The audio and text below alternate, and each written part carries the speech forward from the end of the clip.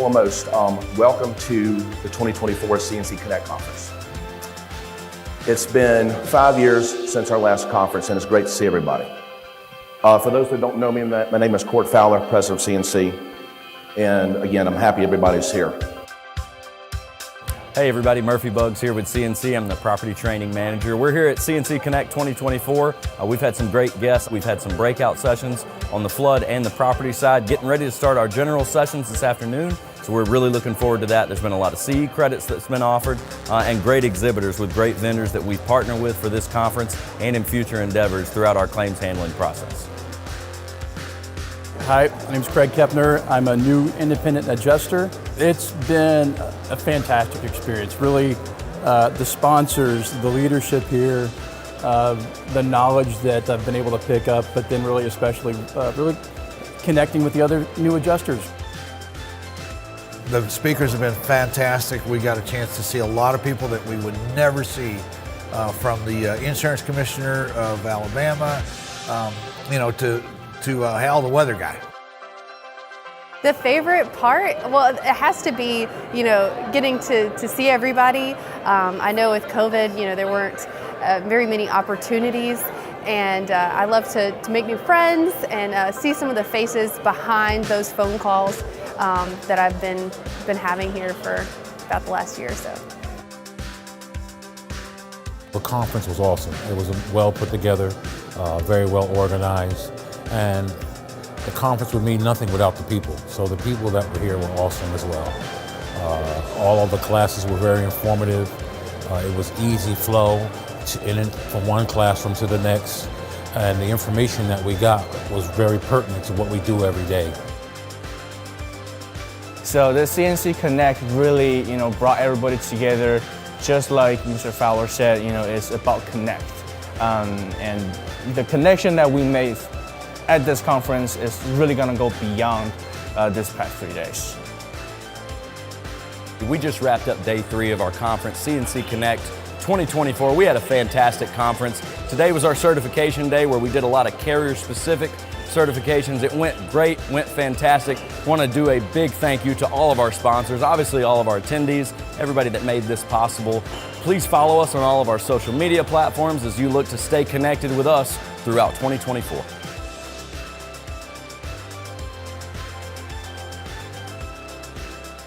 I've worked with CNC since 2008 at Hurricane Ike. I've done, I believe, 7 or 8 hurricane deployments with them. My experience with CNC has been nothing short of amazing. Anytime CNC asks me if I'm available, I always say yes. They are my #1 choice anytime I'm going to be deploying for a major event. They are trustworthy. I love working with them. I've been working on Hurricane Ian flood claims for the last 6 days. This is my first year working for CNC, and it's been a great experience. I've had so much support and so much training through so many different people at the company. If there's one person who can't help me right away, they'll get me to somebody who can, and that's been the main reason why I've wanted to stick with CNC this year, is because of the amount of support that they've provided, and they're really helping me excel.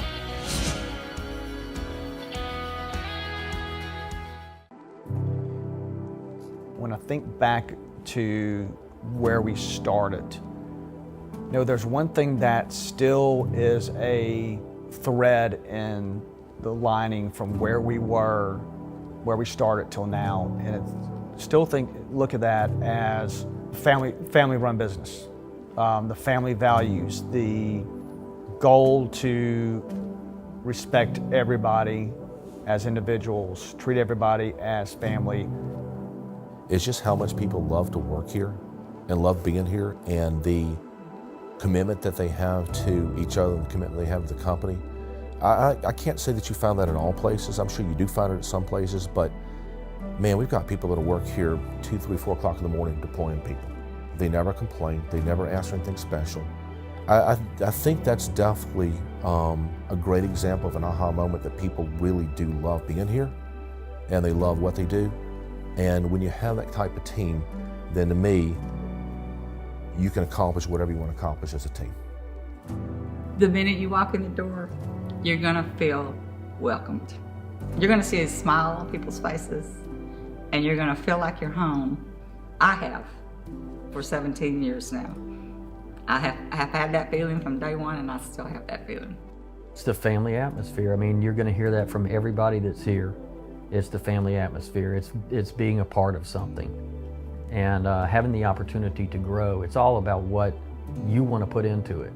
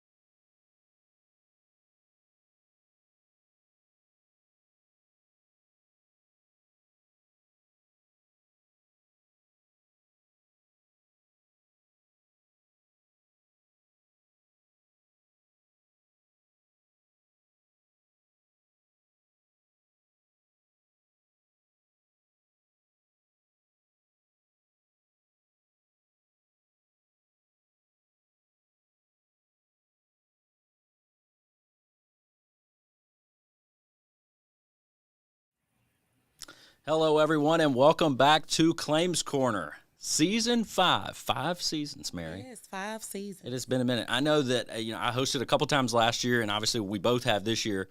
This is your first year hosting, Yes. but to think about how long and how often this broadcast is being put out is pretty amazing. And we've had some great guests, obviously, over the years. Got another great guest today, which we will get into shortly. So again, Season 5, Episode 2. This episode's title is Tarping Knight-mares. There is a play on words there, so that's kind of a tease for our guests as well, if you've been following us on our social media pages. But some quick introductions.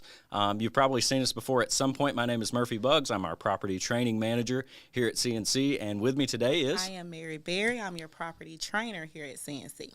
Yeah, and again, we're super excited to have you here. Thankful that you are joining us today. Hopefully you were on the last episode. If not, you can go back and give that a watch or a listen. Do want to encourage everybody to give us a follow, subscribe to our official YouTube channel, CNC, Catastrophe, and National Claims. Like and subscribe. Hit the bell icon so you get notified of any time we go live or we post new content on our page. So again, hit that bell icon and you will be notified. Obviously, we've got... Go ahead, Mary. Yeah, that's important because we want to make sure that you guys are able to participate in the poll questions, any Q&A. How you can do that is to sign up for YouTube with a Gmail account and subscribe to CNC account. Yeah, and again, so that way you don't miss any future episodes or any of our previous content as well. A lot of times we're reposting that stuff. Obviously, we've got Claims Corner, New Adjuster Podcast, other YouTube shorts that we put out there for training purposes and really touching base with our audience. I know the YouTube shorts is something that we will be publishing a lot more of here in 2024, so let's be on the lookout for that. But without further ado, let's go ahead and introduce our guests. I will pass it over to them. You've probably seen these faces before, and we are obviously very thankful to have them back today. So go right ahead. Welcome. Yeah, hey, thanks for having us. My name is James Thompson. I'm Director of Sales and Marketing here for Knight Solutions. Grateful for the opportunity. Thanks for having us again, Murphy and Mary. Absolutely. Hey, and it's Isaac Wilkins, Director of Operations, Knight Solutions. Thanks for having us. Glad to be here. Look forward to many more. Yeah, absolutely. Thank you, James and Isaac. Do you want to touch a little bit about what we're doing today? Obviously, the episode title, Tarping Knight-mares. Talk to us a little bit about what we're going to see today, because it is a pre-recording that we did back in mid-January that we're going to be, obviously showing our audience today. So let's just talk a little bit about what we're doing in today's episode. Sure. Today's episode, Tarping Knight-mares, and Knight as in Knight Solutions. There you go. So, in this episode of Claims Corner, we're talking about, how to install tarps, how we would want to do things in accordance with our customers, our adjusters that we're servicing, that we're providing inspection services for, trying to mitigate creating damage on the roof whenever we need to put a tarp down, or not creating any damage at all. Depends on the situation, depends on the material. Our focus today is going to be on asphalt composition shingles. I believe it compromises about 80% of the roofing market throughout the United States. So most common roofing material that we come across, and obviously that's the kind of material that we install tarps on the most. So that's most of our focus today. Yeah. Isaac, do you want to give a little plug for your guys' website? So that way our audience knows where to find you. Yeah, knightsolutions.com. Whether you're looking to schedule an inspection there's a link there to sign up or to submit any requests, as well as our careers page. If you're looking for an opportunity in the claims industry, whether that's inspections or other opportunities, if not posted, you can always drop your resume. That'll come straight to our recruiting email. So by all means, check out our site there at knightsolutions.com. All right, good deal. Well, I think that wraps us up really for the intro. So let's go ahead and jump into today's video. Will be in 2 parts. So we'll do a part 1, then we've got a segment in the middle that we want to knock out with our guests here, and then we'll jump into part 2, and then we'll go ahead and wrap up at the end. So let's go ahead and jump into part 1 now. Hello, everyone, and welcome back to another episode of Season 5 of Claims Corner. We're very excited to have you here with us today. My name is Murphy Buggs. I'm in the Property Training Department here at CNC, and with me, as always, is... Mary Berry, Property Trainer at CNC as well. And again, we're very excited to have you here with us today, as this episode is called Tarping Knight-mares with our friends from Knight Solutions. So let's go ahead and introduce them now. My name is James Thompson, Director of Sales and Marketing. I'm Deborah Wagner, Scheduling Coordinator. And I'm Isaac Wilkins, Director of Operations. And if you've seen any of our previous content before, you may recognize these folks from Knight Solutions, but if you haven't seen that, Mary, let's go ahead and learn some more stuff about them. Absolutely. So, guys, tell us who you are, where you're based out of, and what you do. Absolutely, Knight Solutions. So we are a professional ladder assist company. What we do is property and roof inspections for insurance adjusters. The kind of roofs that insurance adjusters don't want to climb, that's exactly what we specialize in. We procure documentation so that adjusters can settle their claims better, faster, and cleaner. All right, so now that we've done our introductions, let's go ahead and jump into segment 1 of our episode today, and let's go ahead and get up on the roof. Hey everybody, here we are up on the roof at our training house here in beautiful Mobile, Alabama. Mary, talk to our audience today about what we're going to be doing. So today what we're going to do is have a live simulation with Knight Solutions regarding the proper installation of a tarp. They're going to show us different methods and how to put that tarp on the roof. All right, Isaac Wilkins at Knight Solutions. What we're going to go over today is tarp installation procedures, some do's and don'ts, and why specifically use sandbags on a roof while tarping. And so the first purpose, or the why specifically, is so you don't have to nail through a roof or create any sort of unnecessary damage, whether it may be a tile roof that you can't drive a nail into, concrete, what have you. So we're going to go ahead and demonstrate the tarp with a sandbag, and then we've already got one pre-cut. Go ahead and bring it over, James. We've already got one pre-cut, but this one specifically, the first don't, in terms of do's and don'ts, don't stand on your tarp if it's not secured. Like so. It's a safety concern. Depending on your pitch, this could slip out, what have you. You could ride it down. It's not as fun as it looks like in the movies. The next thing as far as do's, do cut it to fit. You don't have to have 10,000 square feet to cover a 1 square foot problem. So for this scenario, we're just going to illustrate about a 5x8 right here. Any other do's and don'ts you want to throw in there? I mean, what we're looking at here today is just simulated damage. I mean, this isn't actual real damage on this roof. This is just for training purposes. So what we have marked here is a couple of potential wind damage shingles behind us, and we're going to talk about how we would lay this tarp out over top of it and what the intention of the tarp installation is, which is to mitigate further damage happening to the property and making sure that water still sheds effectively off of this roofing system until permanent repairs can be made. Right. So normally when you install a tarp, what you need to do to prevent water intrusion is create the overlap and underlap to prevent water from going under your tarp. Since we're not going to break any of the seals on this shingle today, we're just going to assume we've broken the seal on these, and this is kind of how it's going to look. Bring that camera in here a little bit tighter so you can see what it is we're actually talking about here. So the chalk marks on the shingles here, this is just simulating our damage, and if we were actually going to install this tarp and expect it to last for a period of time until permanent repairs can be made, what we would want to do is we would want to be at least 1 course of shingles above the damage itself, either this course right here or the course above. We would break the seal on these shingles, and we want this leading edge of our tarp to be tucked up underneath of those shingles far enough, as a matter of fact, that it goes all the way above the key and actually underneath the shingle above that as well, right? And what this does is it ensures that when rain starts coming and you have water on this roof, that it sheds effectively off of this roof until the repairs can be made. There's a difference between hydrostatic materials and hydrokinetic materials. Asphalt composition shingles are hydrokinetic materials. They're not meant to be a watertight roofing material. They're only meant to shed water. And the shedding of water on the roof is only effective when things are installed properly, and that includes tarping. This includes emergency roof services, right? If we don't install this tarp correctly, putting it on the roof doesn't do any good, and water can still get in through the damage. So let's say we've tucked this. This is now a tucked tarp. Now that it's tucked, if you were nailing this, a great place to nail would be under the overlap, and then as minimally as possible on the edges to prevent wind from picking it up, and at the bottom edge. Depending on the size, you really don't need any in the middle, but if you get up closer to like a 10 by 10, it may be necessary to throw a couple middle nails, plastic cap nails in that, just to prevent some some ballooning, but outside of that, for this tarp with the sandbag, we're just going to use one sandbag right here. Being that we've got this tucked, we want to tuck basically all, not tuck, but we want to sandbag, go ahead right here. We want to sandbag all four corners, here, there, there, and there. And then depending on the size, I'd say about every 10 feet in the middle as well to prevent that ballooning. A couple more things to talk about when we're sandbagging here. If you look at that sandbag pretty closely, you'll notice that we did not fill it to capacity.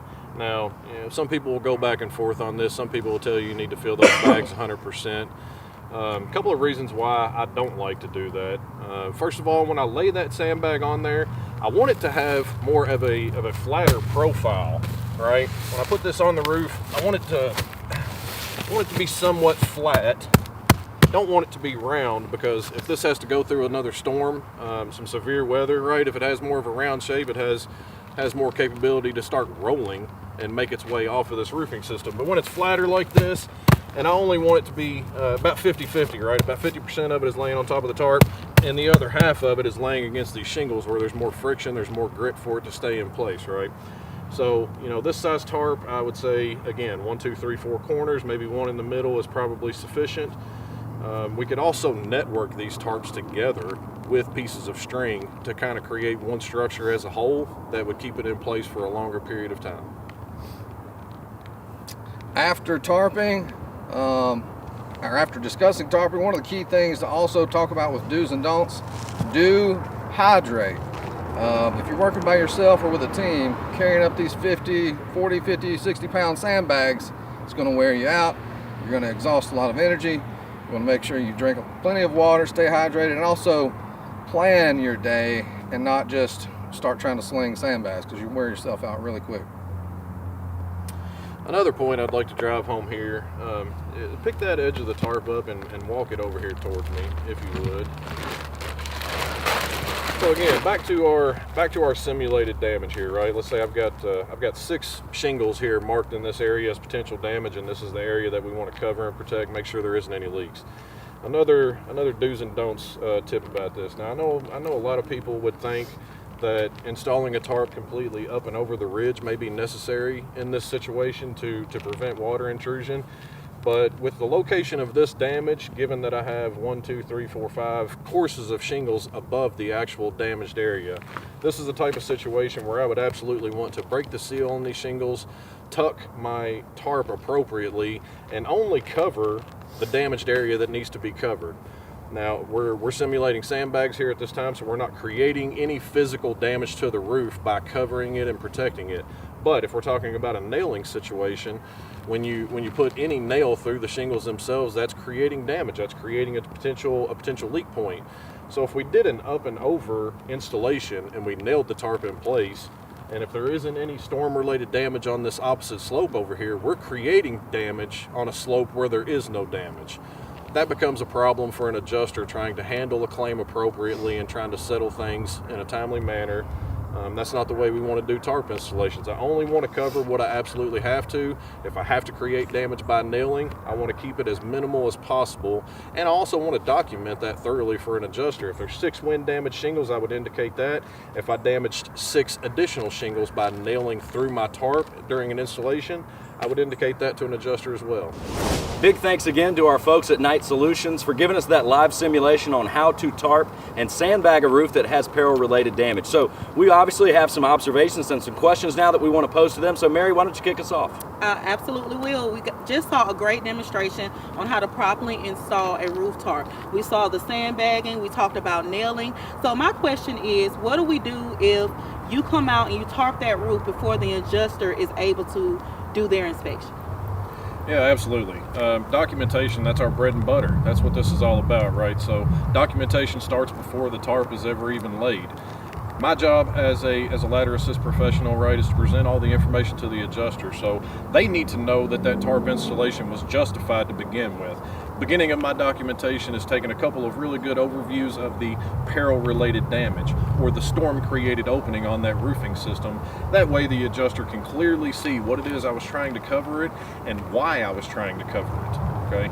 Deborah, tell me about damage counts and why that's important for an adjuster to have have all the information. Yeah, so it's very important for the adjuster. They need the exact amount of shingles that were damaged due to the storm, and then they also need the exact number of shingles that were potentially damaged because of us tarping. Absolutely, right? Because this may play a very key role in their decision-making process. A very minimal damage on a roofing slope, maybe just 1, 2, 3 shingles, right? An adjuster may initially be thinking of just a repair situation, right? But by the time we cover it with a tarp and we potentially damage more shingles on that slope, the adjusters are going to have to go through some calculations to figure out whether they should be doing a repair or doing a replacement of the slope at that point in time, right? So making sure we present all of the information to an adjuster, putting the ball in their court so they have every piece of information, can make the best decision possible. That's what we are focused on doing as ladder assist professionals.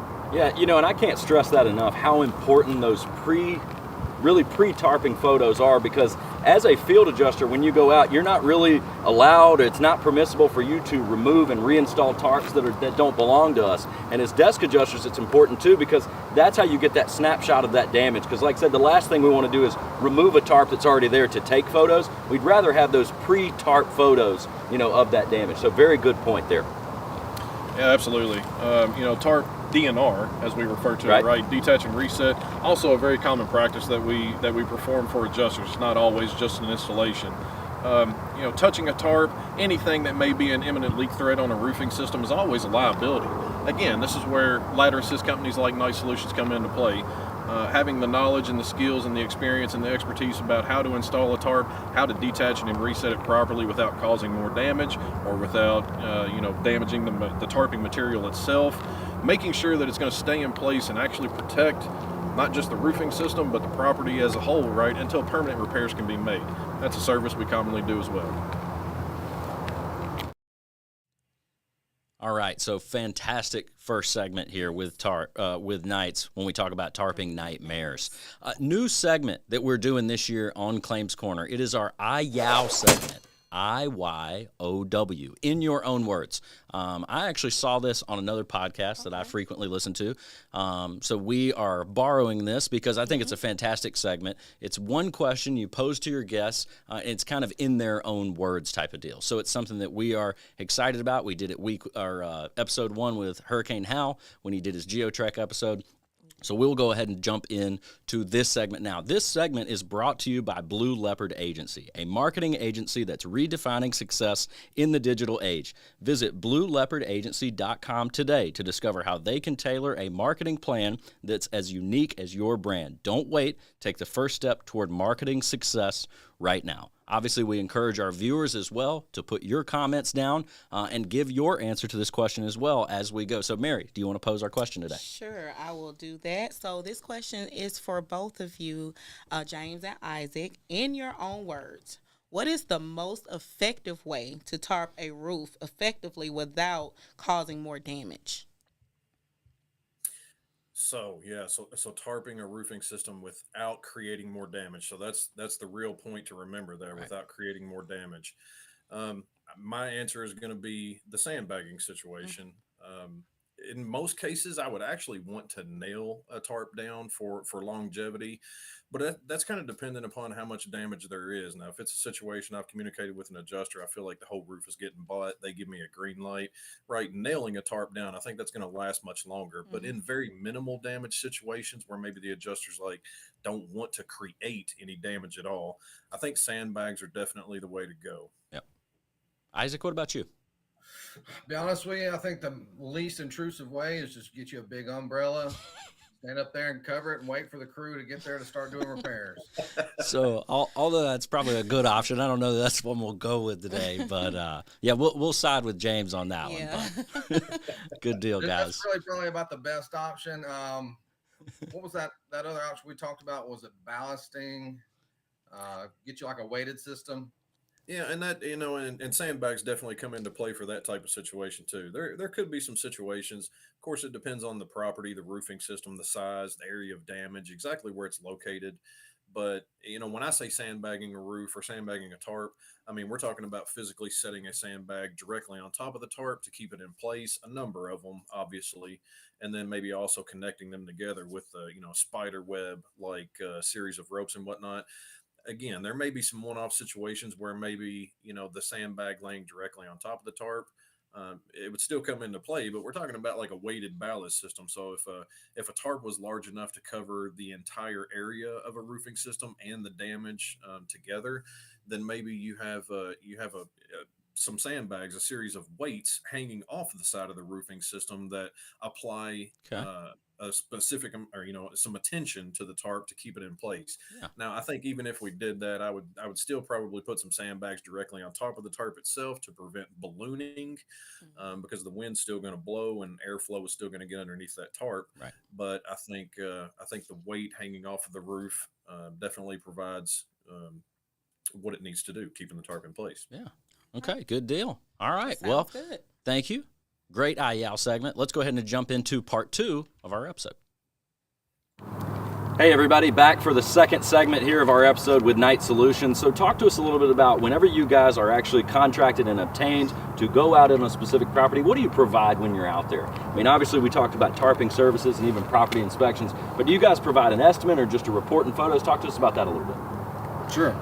Yeah, well, primarily we just provide the documentation for an adjuster to make the claim decision, whether they're paying for a claim or not. James, you got anything else you want to add to that? Yeah, our bread and butter is documentation.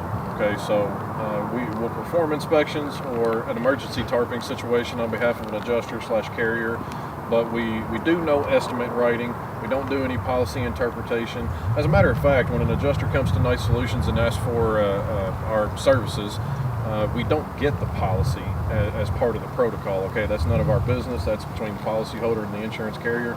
We don't get the policy. We don't try to interpret that. I don't do any estimate writing. I'm not trying to. I'm not a licensed adjuster. I'm not trying to do the work of a licensed adjuster. I'm strictly trying to be a resource for that licensed adjuster. So it's all about the documentation and the service. I go out, I install a tarp after performing an inspection, quantify damage, identify materials, pitch, measurements of the roofing system as a whole. How many appurtenances? We're talking about box vents, turbines, power vents, chimneys, what types of flashings are present. I give as much information as I possibly can to this adjuster so that they can write the most accurate estimate possible. That's great. We want to also know, we talked about you guys doing the tarp. Does Knight Solution offer any other services that we can use? So our services, again, just include the inspection space, and we do some catastrophe response, emergency tarping. I believe it was late 2022, Hurricane Ian down in Florida. Now Knight Solutions did partake in the recovery effort for that. We had a team of a dozen or more of our technicians and leadership team down in Florida. Did lots of tarping installations for a specific carrier. That's our bread and butter. Yeah, and I think one important thing to note too is you talked about the report. The report has check boxes, right, where you can mark type of roof, slope, and things like that. But does it have kind of a written version in there? Like what a desk adjuster refers to as like a narrative or a written version of your inspection. Does it provide that as well? Yeah, absolutely. So when we say documentation, of course, we just refer to it as that one word, but a final report includes multiple things, right? It starts with a photo report. Obviously, you got to have the photos, the justification, the quantifying of damage, and all the photos to back it up. But a final report also encompasses a scope sheet, which has all the text information necessary for the adjuster to view, and that's material identification. Was there damage on front slope, right slope, rear slope? What cardinal direction they face? Sometimes that plays a role. Where the appurtenances were located on the roofing system. Again, the flashings, the materials, everything encompassed on that scope sheet. So you got a photo report, you've got a scope sheet, and then the roof measurements, right? And if there were peril-related damages observed during an inspection, we like to illustrate on the roof measurement report. We like to locate exactly where the damages were observed during an inspection. This gives an adjuster an eagle's eye perspective of where damage was on the roof. Where does it face? Is it in line of sight from the street? All these things may potentially, be a factor for an adjuster trying to write an estimate. Very good point there. Very good. Our primary focus is to leave an adjuster, desk adjuster, not having any questions. Right. So giving all the information that they need to close it out without having to call us and ask, what happened over here? Right, Have it over exactly, there. exactly. So we talk about roof inspections too. A lot of what we talked about today was wind. Talk to us a little about the tarping aspect when it comes to hail damage. And I know a lot of times that depends on, you know, where you are geographically in the United States. You know, where is most of that bigger hail damage prevalent to where you would have to do tarping in those aspects? Yeah, absolutely. So, you know, I'm from the state of Kentucky. You know, in our neck of the woods, we don't get the kind of hail that would typically produce damage that needs to be tarped. You're talking about places like Colorado, Oklahoma, maybe Kansas, Texas, states like that. I mean, out in that portion of the country, you know, they may potentially get hail that's golf ball, baseball, softball, tennis ball, soccer ball size even, right? I've heard of that kind of stuff before.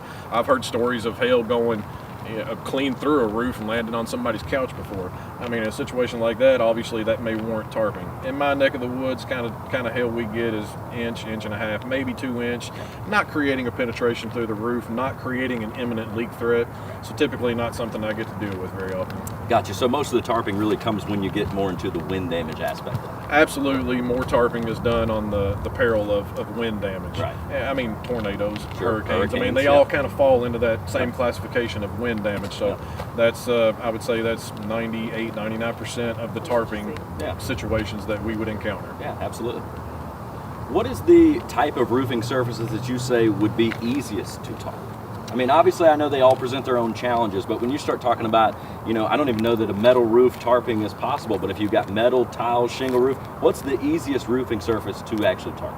I mean, my personal opinion, asphalt composition shingles, I think, are the easiest to deal with. They're more pliable than just about every other material you talked about there. I can break the seal on them. I can tuck my tarp appropriately, make sure water sheds. Metal's more difficult. Wouldn't want to use, you know, regular cap nails like you would on an asphalt composition shingle roof on a metal surface, right? You would either want the screws, or if it's a very low pitch, sandbags still may be a feasible option. We talked a little bit earlier about kind of networking sandbags together with strings to kind of create like a spider's web effect, right? And if it's an up and over the ridge situation, that's actually a very effective method on a metal roofing situation. You know, clay tiles, concrete, slate, stuff like that. Again, they all present their own specific challenges. Not the type of materials you can just readily put a nail through. So, yeah, sandbags really come into play there.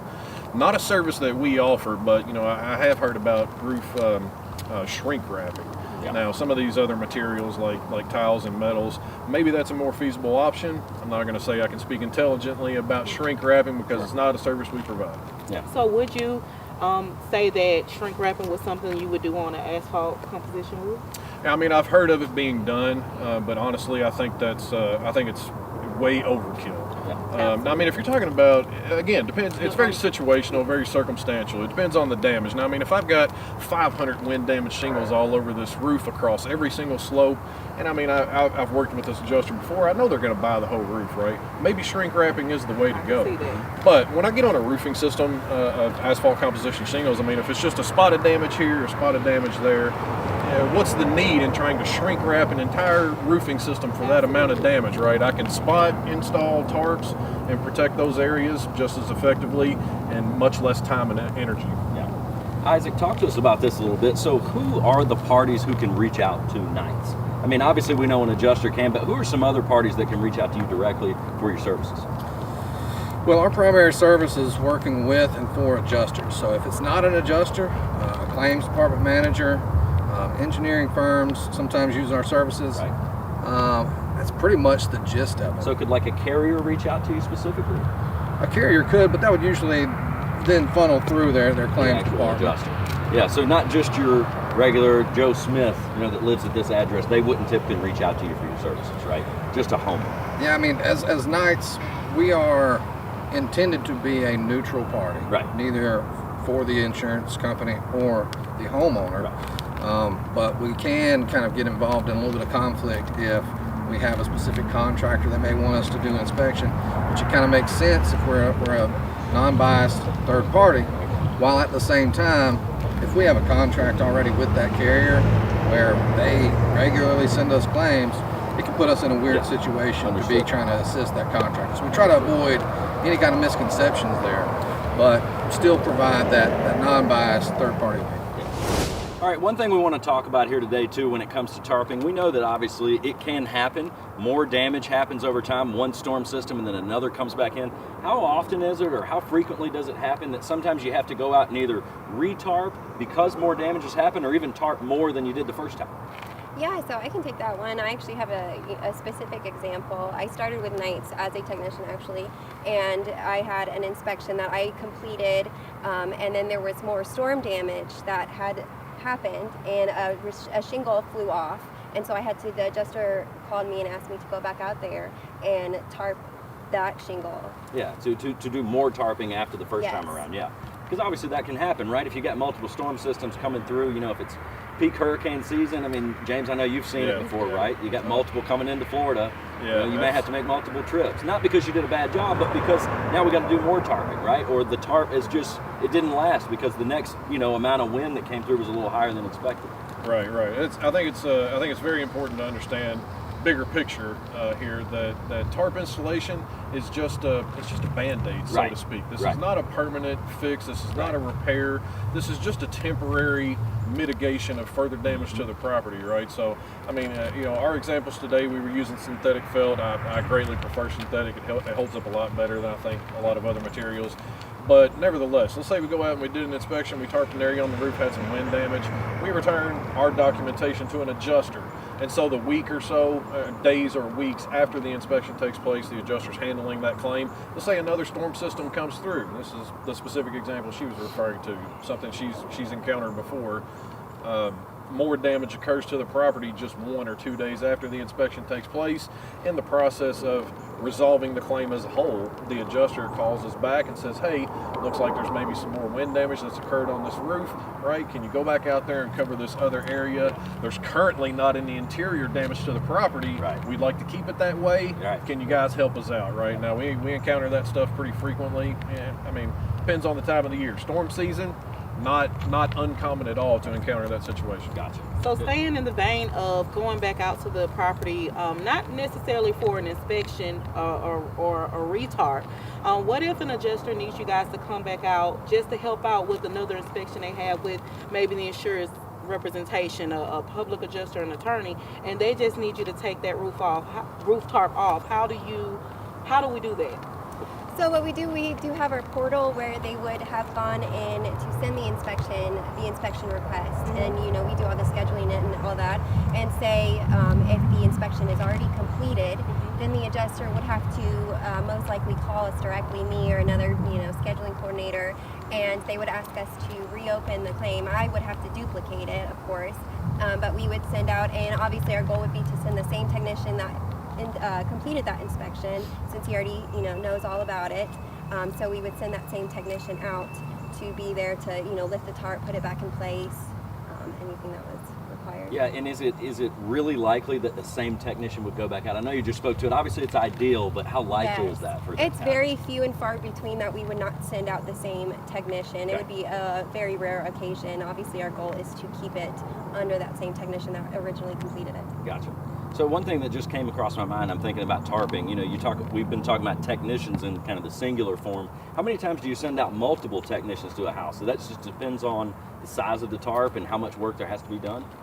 I think absolutely. The amount of damage, the height of the roofing system, whether we're talking about using nails as fasteners versus sandbags. Again, we kind of spoke to this a little bit earlier, but carrying these 50, 60, 70 pound sandbags up a roof all day, very labor intensive work.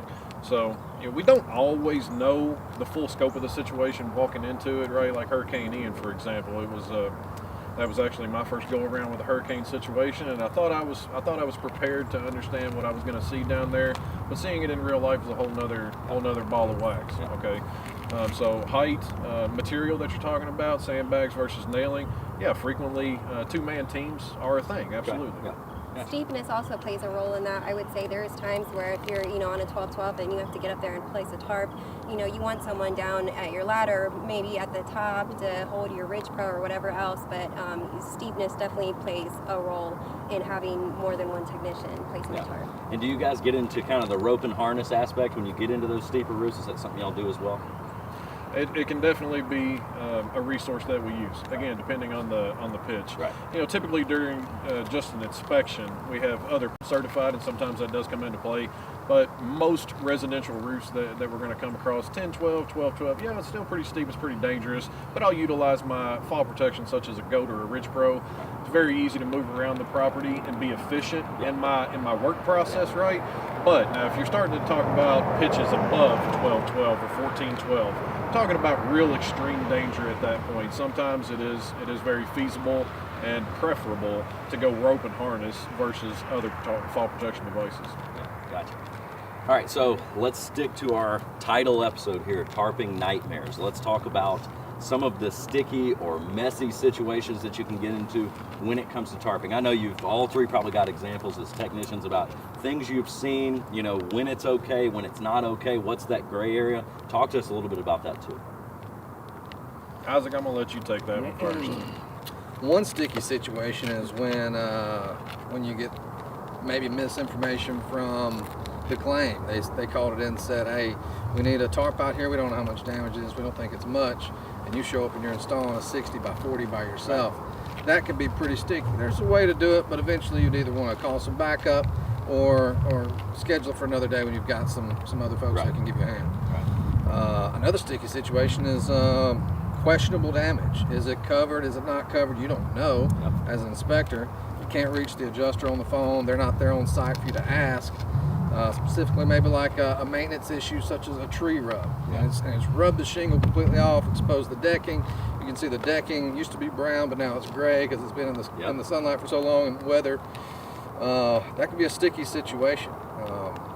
Best case there is if it doesn't look like it's caused by what we would call a storm-covered peril or a related peril that's on the claim, to not touch it, really, is our go-to. If we can't get someone on the phone to give us a directive.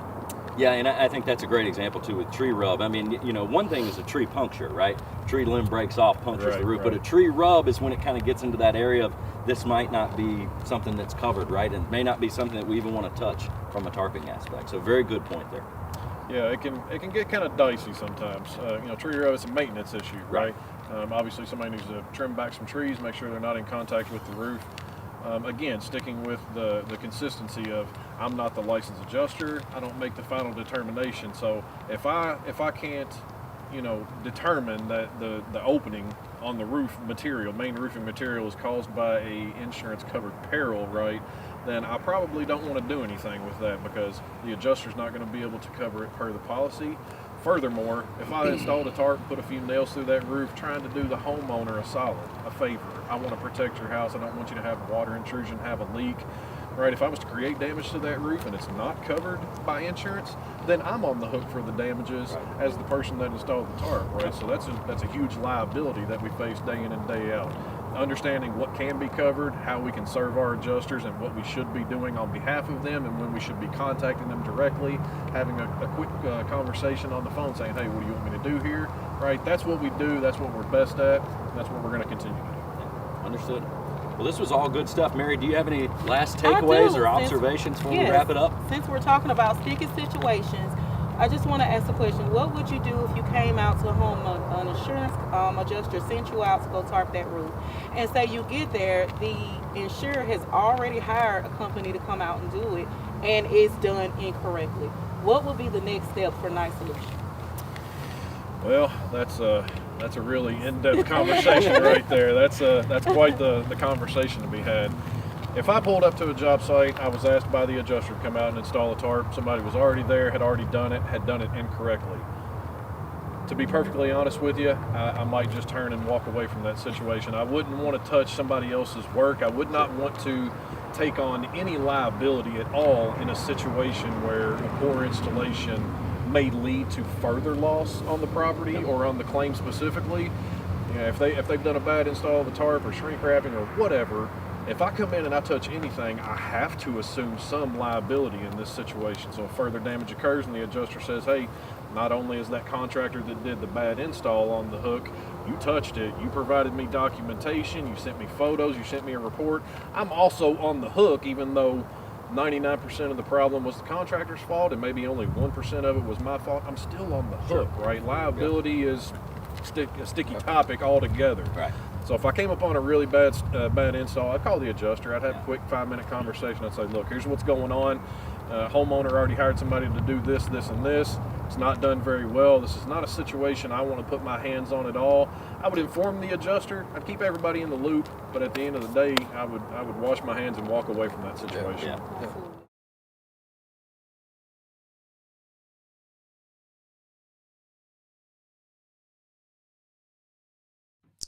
All right, fantastic stuff today from our good friends at Knight Solutions. I know me and Mary are super appreciative of them for doing that pre-recording with us, getting up on the roof. It was not warm that day, if I remember correctly. I think that's why we all had long sleeves and jackets on.